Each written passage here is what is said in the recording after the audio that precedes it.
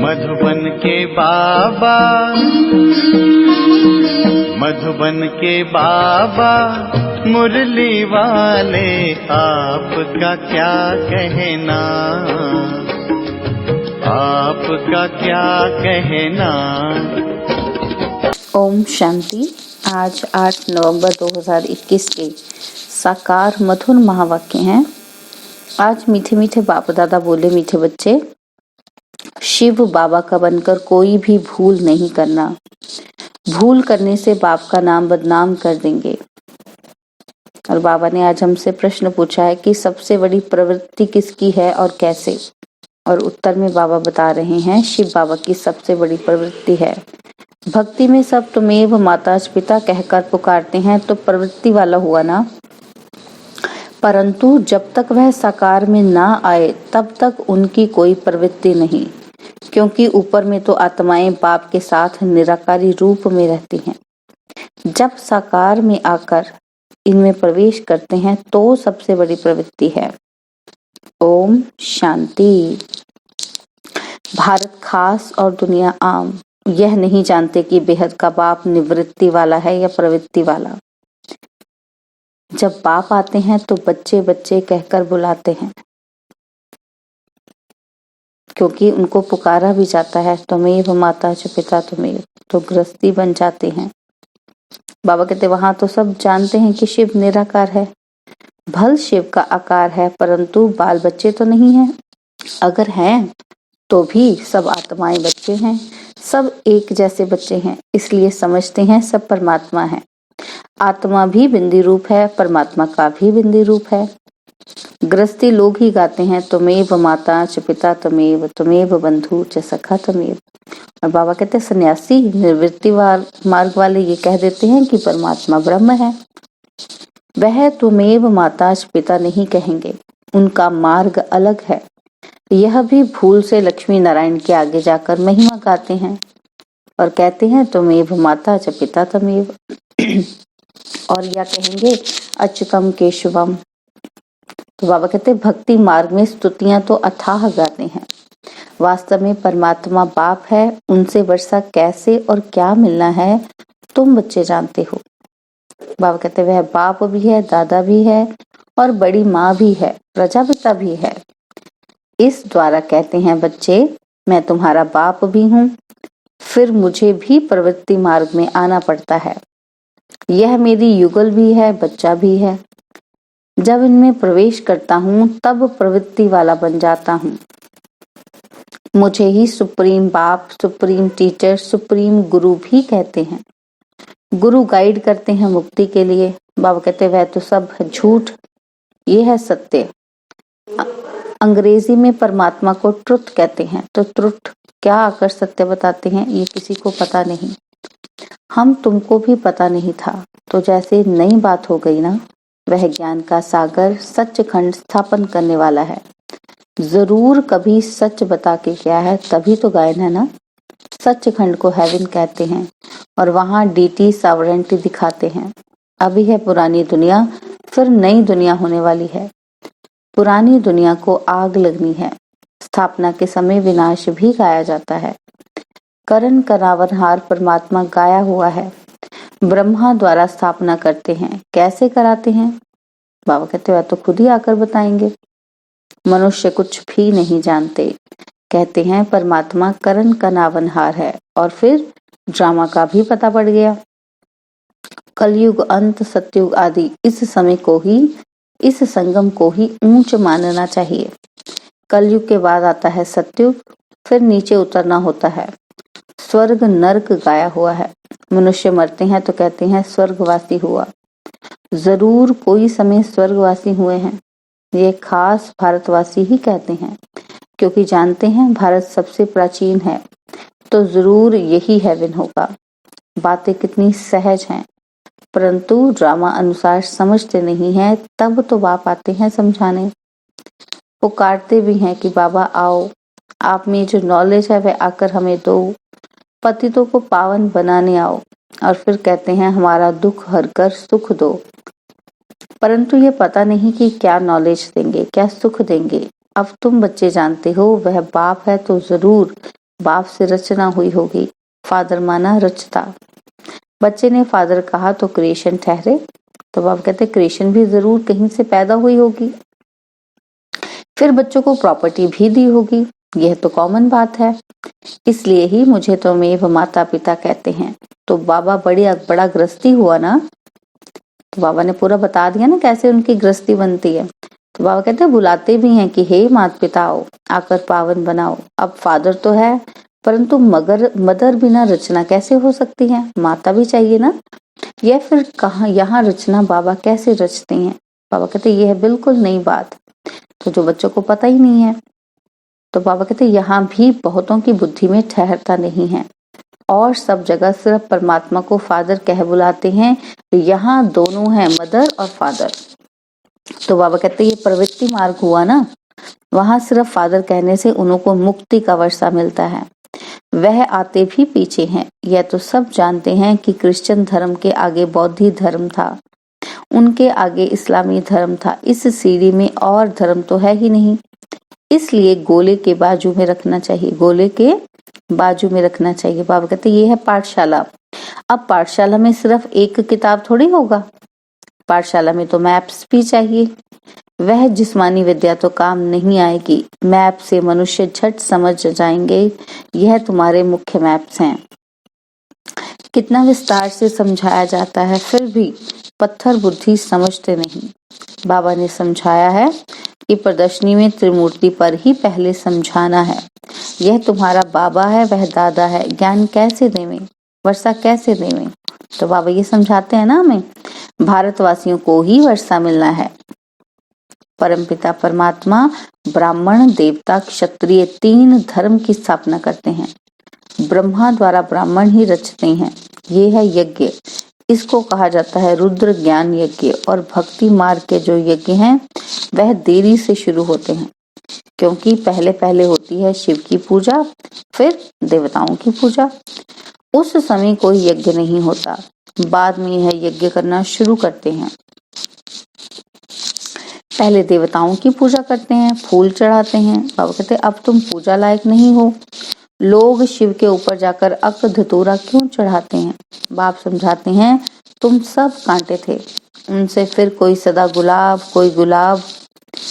कोई मोतिया बनते हैं। तो बाबा कहते कोई फिर अक के फूल भी बन पड़ते हैं, पूरा नहीं पड़ते तो अक बन जाते हैं, कोई काम के नहीं रहते।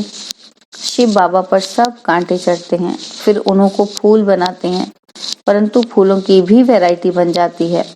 बगीचे में वैरायटी फूल होते हैं ना, बाबा कहते तुम्हारे में भी नंबरवार हैं, कोई तख्त नशीन बनेंगे, कोई क्या बनेंगे। ये सब बातें बाप ही समझाते हैं और कोई समझा ना सके। भक्ति मार्ग कितना लंबा चौड़ा है, परंतु उसमें ज्ञान जरा भी नहीं। सतयुग में देवी देवता थे, कलयुग में एक भी देवता नहीं है, तो जरूर परमात्मा ने मनुष्यों को देवता बनाया होगा। तो बाप आकर ऐसा कर्म सिखलाते हैं जो मनुष्य सीख कर दैवी गुण धारण कर देवी देवता बन गए। और धर्म वाले क्या सिखलाएंगे, क्योंकि उन्हों को तो ऊपर से उनके पिछाड़ी में आना है, तो वह सिर्फ पवित्रता का ज्ञान देते हैं। क्राइस्ट जब आता है तो क्रिश्चियन तो कोई है ही नहीं, ऊपर से उनके पिछाड़ी आते हैं। बाबा ने समझाया है कि मुख्य धर्म है 4, जो धर्म स्थापन करते हैं उनका जो शास्त्र है उनको कहा जाता है धर्म शास्त्र। बाकी तो मुख्य हैं 4 धर्म, बाकी सब हैं छोटे छोटे धर्म जो वृद्धि को पाते रहेंगे। बाबा कहते हैं इस्लामी धर्म का शास्त्र अपना, बौद्धियों का अपना, तो धर्म शास्त्र सिर्फ यही ठहरे। ब्राह्मण धर्म तो अभी का है, वो लोग गाते हैं ब्राह्मण देवता नमः। तो उन ब्राह्मणों को समझाना है कि परमात्मा जब ब्रह्मा द्वारा आकर मुख वंशावली रचते हैं वही सच्चे ब्राह्मण हैं।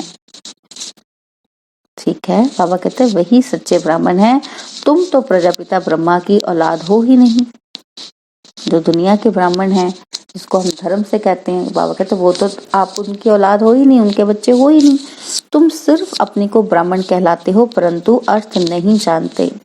ब्रह्मा भोजन जब खाते हैं तो संपड़ ब्रह्मा भोजन की महिमा गाते हैं, महिमा सारी फालतू करते हैं। बाबा कहते हैं उनसे पूछना चाहिए कि तुम ब्राह्मण कैसे ठहरे। पहले तो ब्रह्मा चाहिए जिस द्वारा परमात्मा सृष्टि रचे। तो सच्चे ब्राह्मण हो तुम। ब्राह्मणों को तो चोटी दिखाते हैं ना, विराट रूप में, फिर ब्राह्मण दिखाते ही नहीं। तो ब्राह्मण आए कहाँ से? बाबा कहते तुम अपने को ब्राह्मण कहलाते हो तो परमात्मा जब आकर ब्रह्मा द्वारा नई रचना रचे तब ब्राह्मण हो, फिर ब्राह्मण ही देवता बनते हैं। ब्राह्मण होते ही संगम पर हैं। बाबा कहते कलयुग में सब शूद्र हैं, ब्राह्मणों की बहुत महिमा करते हैं।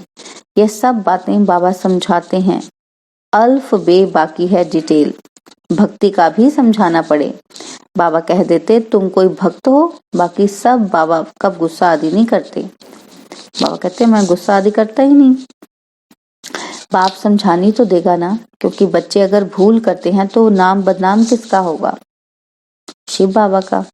इसलिए बाबा बच्चों के कल्याण अर्थ शिक्षा देते हैं। समझो इनसे कोई भूल हो जाती है तो भी उनको सुधारने के लिए जामा में नूंद है। बाबा कहते उससे भी फायदा निकलेगा, क्योंकि यह बच्चा, ये बड़ा बच्चा है ना, तो सारा मदार इस पर है, इनसे कोई नुकसान नहीं होगा।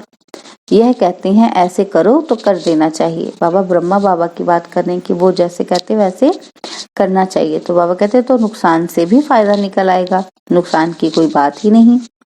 हर बात में कल्याण ही कल्याण है। अकल्याण भी ड्रामा में था, भूलें तो सबसे होती रहेंगी। बाबा कहते परंतु अंत में कल्याण तो कोई भी हालत में होना है, क्योंकि बाप है कल्याणकारी, सबका कल्याण करना है, सबको सदगति दे देते हैं। अब सबकी क़यामत का समय है, पापों का बोझा सबके सिर पर है, तो सबका हिसाब किताब चुकतू होगा। सजाएं मिलने में देरी नहीं लगती। सेकंड में जीवन मुक्ति मिलती है, तो क्या सेकंड में पापों की सजा नहीं भोग सकते? आप कहते अगर मुक्ति मिल जाती सेकंड में, तो सजा भी तो सेकंड में खत्म हो सकती है ना। जैसे काशी कलवट में होता है, शरीर छूट जाता है, परंतु ऐसे नहीं कि शिव बाबा से जाकर मिले, नहीं, सिर्फ पिछला पापों का हिसाब चुकतू हो, फिर नए से शुरू हो जाता है। बीच से कोई वापस जा नहीं सकता। भल ज्ञान सेकंड का है, परंतु पढ़ाई तो पढ़नी है। रोज शिव बाबा की आत्मा जो ज्ञान का सागर है वही आकर पढ़ाते हैं। कृष्ण तो देहधारी है, पुनर्जन्म में आते हैं। बाबा तो अजन्मा है, जिनको पढ़ना नहीं है वह तो जरूर विघ्न डालेंगे। बाबा कहते यज्ञ में विघ्न तो पड़ेंगे, अबलाओं पर अत्याचार होंगे। वह सब कुछ हो रहा है कल्प पहले मुआफिक। असुर कैसे हंगामा करते हैं, चित्र फाड़ते हैं। बाबा कहते कोई समय आग लगाने में भी देरी नहीं करेंगे। हम क्या करेंगे? अंदर में समझते भाभी और बाहर में पुलिस आदि को रिपोर्ट करनी पड़ेगी, क्योंकि लौकिक भी एक्शन लेना है ना, दिखाना है, पर अंदर में हमें ये समझ आ जाएगा कि पहले भी ऐसे हुआ था, कि ड्रामा में है। बाबा कहते अंदर में जानते हैं कि कल्प पहले जो हुआ था सो होगा, इसमें दुख की कोई बात नहीं। नुकसान हुआ, बाबा कहते धोबी के घर से गई छू फिर दूसरा बन जाएगा। आत्मा ने एक शरीर छोड़ा फिर झट से दूसरा ले लेगी। बाबा ने कह दिया है, क्या कहा कि जहां प्रदर्शनी आदि करते हो तो 8 दिन के लिए इंश्योरेंस करा दो। कोई अच्छा आदमी होगा तो चार्ज भी नहीं लेगा, ना इंश्योरेंस किया तो भी क्या होगा? बाबा कहते फिर नए चित्र बन जाएंगे। कदम कदम में पदम है, तुम्हारा कदम कदम सेकंड सेकंड बहुत वैल्यूएबल है। तुम पद्मापति बनते हो, 21 जन्मों के लिए बाबा से वर्षा लेते हो, तो कितना अच्छी रीति समझाना चाहिए। वहां स्वर्ग में तुम्हारे पास अनगिनत धन होगा। बाबा कहते गिनती की बात ही नहीं, तो कितना बाबा तुमको धनवान सुखी बनाते हैं। इनकम कितनी बड़ी है, प्रजा भी कितनी साहूकार बनती है। ये है सोर्स ऑफ इनकम 21 जन्म के लिए। बाबा कहते ये है मनुष्य से देवता बनने की पाठशाला। पढ़ाता कौन है? बाप। फिर ऐसी पढ़ाई में गफलत नहीं करनी चाहिए। अच्छा, मीठे मीठे सिकिलदे बच्चों प्रति माता पिता बाप दादा का याद प्यार और गुड मॉर्निंग। रूहानी बाप की रूहानी बच्चों को नमस्ते। हम रूहानी बच्चों की रूहानी बाप दादाजी को दिलवा जान सिकवा प्रेम से नमस्ते। ओम शांति। प्यारे बाबा, मीठे बाबा, मेरे बाबा, शुक्रिया बाबा, शुक्रिया बाबा, शुक्रिया बाबा। धारणा के लिए मुख्य सार है। पहला पॉइंट है कि सदा स्मृति रहे कि इस कल्याणकारी युग में हर बात में कल्याण है, हमारा अकल्याण हो नहीं सकता। हर बात में कल्याण समझ सदा निश्चिंत रहना है। और दूसरा पॉइंट है सदा गुलाब बनने के लिए पढ़ाई पर पूरा पूरा ध्यान देना है। पढ़ाई में गफलत नहीं करनी है, अक्क का फूल नहीं बनना है। और बाबा ने हमको वरदान दिया कि सबको रिगार्ड देते हुए अपना रिकॉर्ड ठीक रखने वाले सर्व के स्नेही भव। सबको रिगार्ड देते हुए अपना रिकॉर्ड ठीक रखने वाले सर्व के स्नेही भव। जितना जो सभी को रिकॉर्ड देता है उतना ही अपने रिकॉर्ड को ठीक रख सकता है। दूसरों का रिकॉर्ड रखना अपना रिकॉर्ड बनाना है। जैसे यज्ञ में मददगार बनना ही मदद लेना है, वैसे रिगार्ड देना ही रिगार्ड लेना है। एक बार देना और अनेक बार लेने के हकदार बन जाना। ऐसे कहते हैं छोटों को प्यार और बड़ों को रिगार्ड दो, लेकिन जो सभी को बड़ा समझ रिगार्ड देते हैं वे सबके स्नेही बन जाते हैं। इसके लिए हर बात में पहले आपका पाठ पक्का करो। और स्लोगन है बाप दादा की मिली हुई शिक्षाएं समय पर याद आना ही तीव्र पुरुषार्थ ही है। बाप दादा की मिली हुई शिक्षाएं समय पर याद आना ही तीव्र पुरुषार्थ है। ओम शांति। और अब यह एक बहुत अच्छी वीडियो भी जरूर देखें।